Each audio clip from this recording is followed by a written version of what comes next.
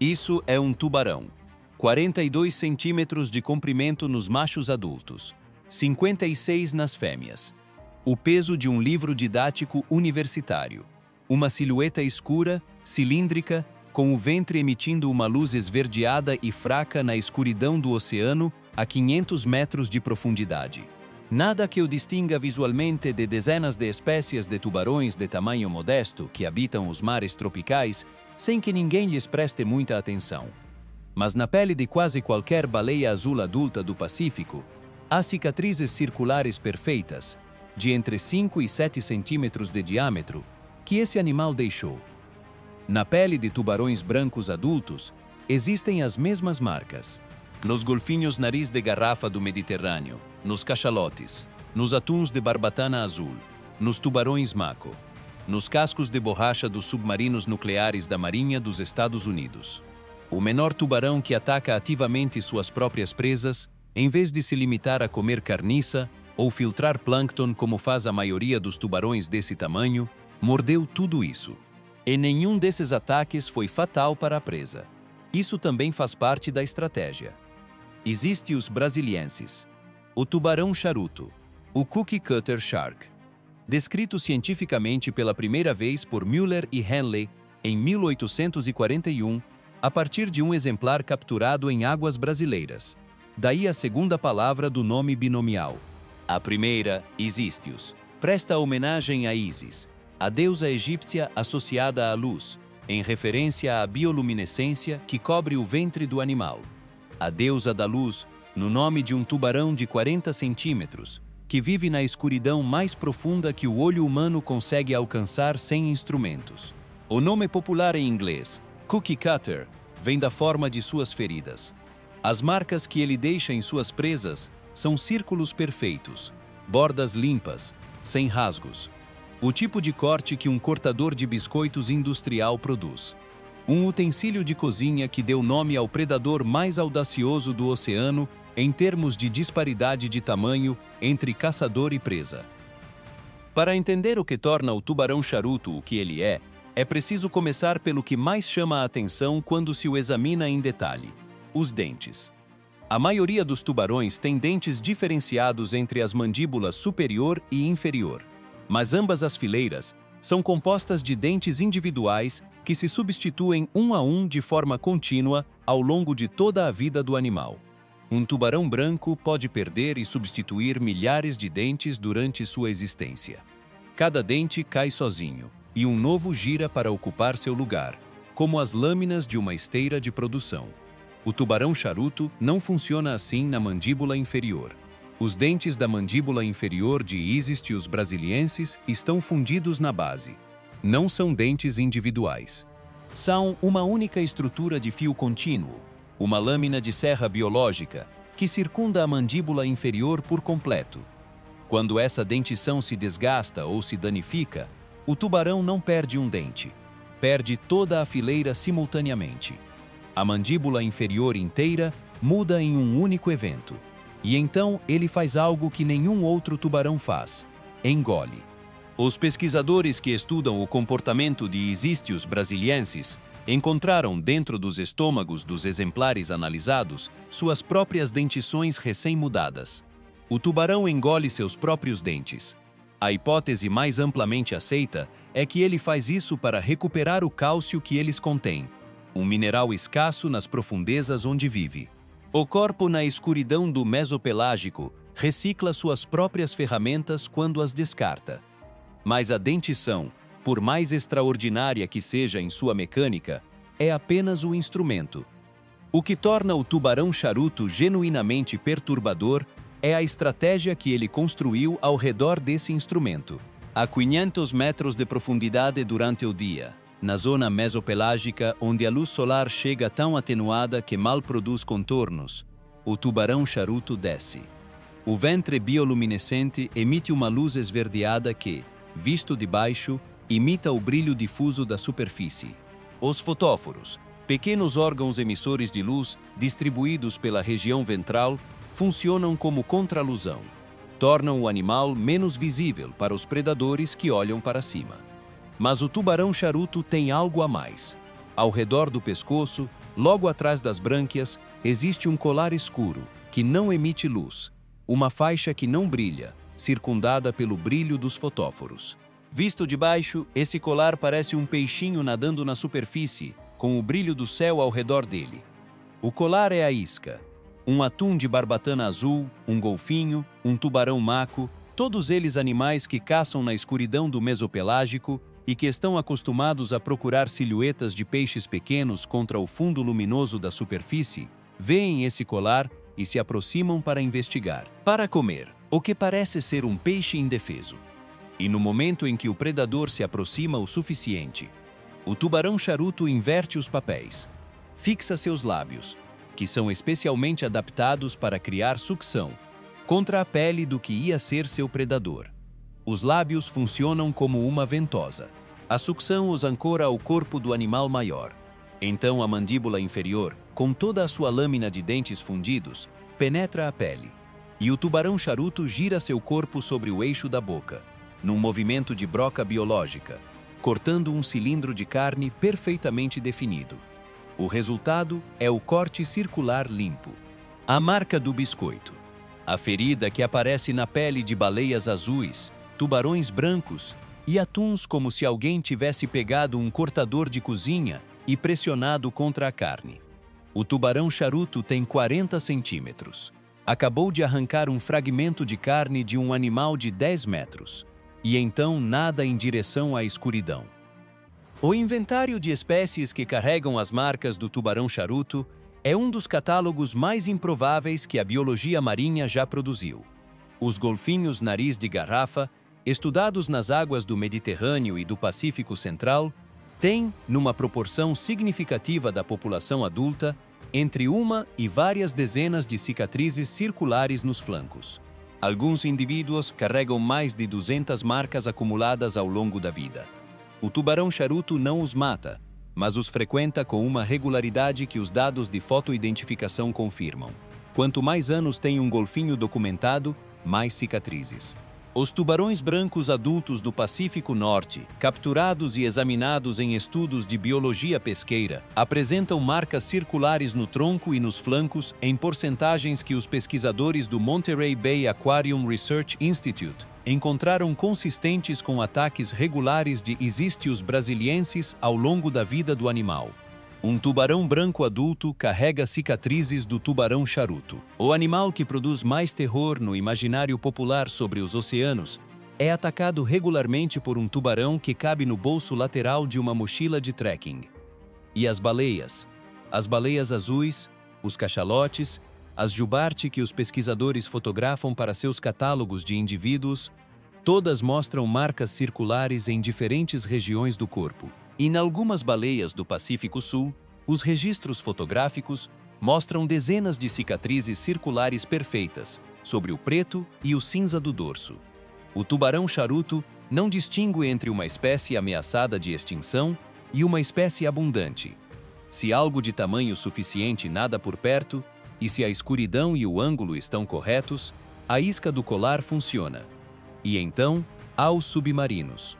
No final dos anos 70, a Marinha dos Estados Unidos começou a receber relatórios de danos inexplicáveis nas cúpulas de sonar de vários submarinos de classe nuclear. As cúpulas de sonar são os revestimentos de borracha que protegem os hidrofones na proa do submarino, os instrumentos que lhe permitem navegar e detectar ameaças na escuridão do oceano profundo. Eram feitas de neoprene, um material escolhido por suas propriedades acústicas e durabilidade. As cúpulas chegavam ao porto com perfurações circulares, bordas limpas, cortes perfeitos na borracha do revestimento.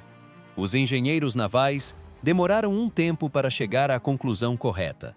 As marcas eram limpas demais para ser dano mecânico, pequenas demais para ser ato de sabotagem convencional. A análise final apontou o óbvio para quem conhece a literatura sobre Ischius brasiliensis. Um tubarão de 40 centímetros havia confundido o perfil do submarino com o de uma presa de grande tamanho. Havia aplicado seu mecanismo de sucção contra o neoprene e havia cortado um círculo limpo de material de engenharia naval. A Marinha teve que redesenhar os revestimentos de suas cúpulas de sonar. substituindo o neoprene por fibra de vidro reforçada. Os tubarões charuto não conseguem morder a fibra de vidro com a mesma eficácia que o neoprene. Um animal que não existia no manual de ameaças à infraestrutura militar forçou uma mudança de materiais nos submarinos nucleares da maior potência naval do mundo. A pergunta que mais custa responder sobre o tubarão charuto é por que seus ataques não matam. Um corte circular de 5 a 7 centímetros de diâmetro e vários centímetros de profundidade é uma ferida considerável. Nas costelas laterais de um golfinho, na região abdominal de um atum, poderia danificar órgãos internos. Mas os registros documentados não mostram mortalidade por ataque de Easistius brasiliensis em nenhuma espécie de presa estudada. As feridas cicatrizam. Os animais continuam com suas vidas com a nova marca adicionada ao inventário de suas cicatrizes. A resposta parece estar na geometria da mordida. O cilindro que o tubarão charuto extrai é projetado para evitar órgãos vitais. Os lábios se fixam na periferia do corpo, nos flancos, na base das nadadeiras, em regiões onde a camada de gordura e músculo é suficiente para que o corte penetre sem chegar à cavidade vital. Não é que o tubarão charuto tenha consideração por suas vítimas. É que uma presa morta afunda.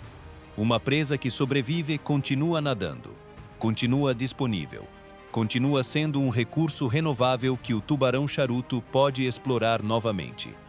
O tubarão charuto não mata porque matar seria um erro de estratégia. Mantém suas presas vivas e em circulação no oceano que compartilha com elas. A biologia do tubarão charuto tem também uma dimensão que os estudos das últimas décadas começaram a quantificar de forma mais precisa: sua migração vertical. Durante o dia, Easistius brasiliensis desce a profundidades de entre 500 e 1.000 metros, possivelmente mais. Permanece na escuridão do mesopelágico onde a luz solar não penetra e onde a temperatura fica próxima aos 5 graus. Ao anoitecer, sobe. A migração vertical noturna do tubarão charuto é uma das mais extensas, em termos de distância relativa ao tamanho do animal, entre todos os tubarões conhecidos. Um animal de 40 centímetros que se desloca várias centenas de metros verticalmente toda noite realiza o equivalente proporcional ao que um ser humano de 1,80 m percorreria escalando uma montanha de vários quilômetros de altura e descendo novamente antes do amanhecer. Ele faz isso para seguir a camada de dispersão profunda, a concentração de zooplâncton, peixes pequenos e cefalópodes, que também migra verticalmente entre a escuridão do dia e a superfície da noite. O tubarão charuto sobe com sua presa potencial e desce com ela. Não caça na superfície porque suas presas maiores não estão lá permanentemente. Ele as segue. A reprodução de Easistius brasiliensis acrescenta mais um capítulo à lista de características que tornam difícil encaixar esse animal no quadro habitual do que esperamos de um tubarão de 40 centímetros. As fêmeas são ovovivíparas.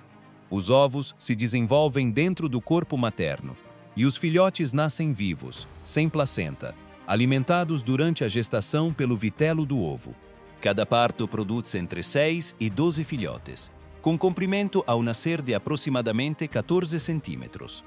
Com 14 centímetros, um filhote de tubarão charuto já tem os dentes inferiores fundidos e funcionais. O mecanismo de corte está operacional desde o nascimento. Um filhote que emerge do corpo da mãe, nas profundezas do mesopelágico, tem, desde o primeiro dia, a ferramenta que define a espécie. Os jovens são vulneráveis durante o período inicial, antes que a isca do colar se desenvolva completamente e antes que o padrão de fotóforos do ventre alcance sua plena efetividade. Os dados sobre a mortalidade juvenil são escassos porque observar esses filhotes em seu habitat natural exige um acesso às profundezas que ainda está fora do alcance rotineiro da pesquisa. O que os estudos de indivíduos adultos revelaram é que o tubarão charuto tem uma longevidade considerável para seu tamanho. As estimativas baseadas na análise das vértebras, que nos tubarões mostram anéis de crescimento análogos aos das árvores, sugerem vidas de mais de 2 décadas em condições favoráveis. 2 décadas de ataques noturnos a animais centenas de vezes maiores. No Havaí, em 2009, um nadador de resistência que completava uma travessia noturna foi atacado pelo que os médicos identificaram depois como um tubarão-charuto a partir da forma e das dimensões da ferida. O ataque produziu uma ferida circular na região lateral da coxa, com as características de sucção e corte que são diagnósticas de Ischius brasiliensis. O nadador sobreviveu sem sequelas permanentes. O ataque ao nadador havaiano é um dos pouquíssimos casos documentados de agressão de tubarão-charuto a seres humanos. A maioria dos encontros entre humanos e essa espécie ocorre em ambientes onde a visibilidade é mínima. O animal está em seu habitat habitual e a silhueta de um nadador na superfície poderia acionar o mesmo mecanismo que aciona qualquer outra silhueta de presa potencial. O que o ataque ao nadador revelou, entre outras coisas, é que o tubarão-charuto não discrimina por espécie nem por tamanho. O que ele vê na escuridão, ou o que seu sistema sensorial registra como presa potencial, ele ataca. A consistência dessa estratégia ao longo de milhões de anos de evolução não precisou de exceções. A pergunta que a biologia ainda não respondeu de forma definitiva sobre Ischius brasiliensis tem a ver com comunicação e coordenação. Eles atacam em grupos. Os registros fotográficos de cicatrizes em golfinhos e baleias mostram, em alguns casos, múltiplas marcas em posições distintas do corpo, produzidas no que parece ser momentos próximos entre si. Um golfinho que tem 3 marcas recentes em diferentes regiões do corpo poderia ter recebido os ataques de 3 indivíduos distintos trabalhando no mesmo intervalo de tempo. Os tubarões-charutos se congregam seguindo a camada de dispersão profunda, que os concentra em zonas específicas da coluna de água. É plausível que vários indivíduos na mesma zona de água ataquem a mesma presa grande no mesmo episódio de caça. Se isso ocorre de forma coordenada ou simplesmente concorrente, é algo que os dados disponíveis não permitem resolver.